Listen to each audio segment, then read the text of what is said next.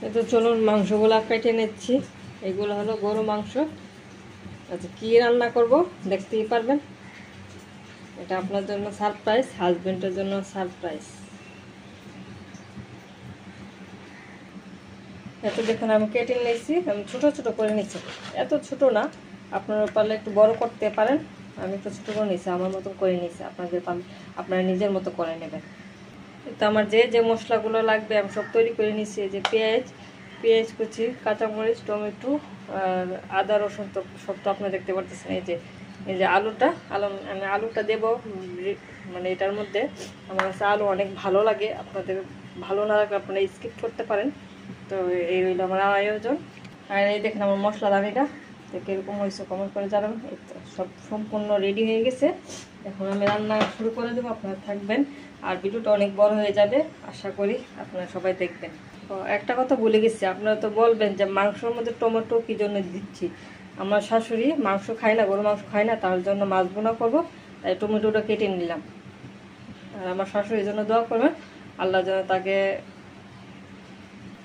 ভালো রাখে, সুস্থ রাখে, সবাই দোয়া করবেন। বিসমিল্লাহ বলে বসাই দিলাম কড়াইটা। পেঁয়াজ কুচিটা দিয়ে দিলাম।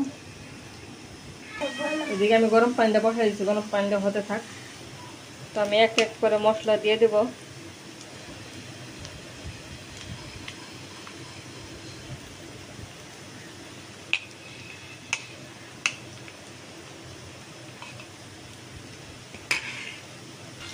মশলাগুলো একটু ভেজে নেব।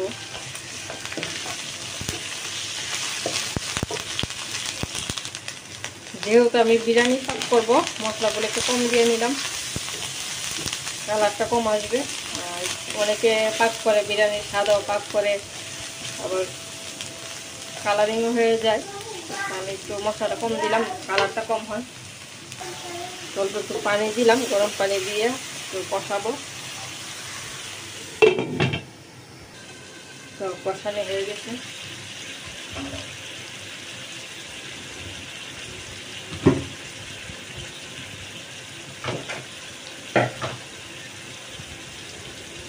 এবারে মাংসটা দিয়ে দেবো।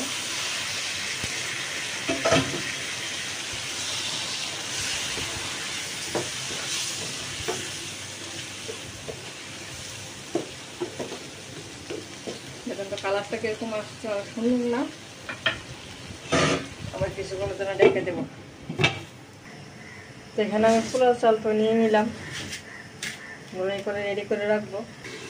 প্রায় মাংসটাও কষানো হয়ে গেছে।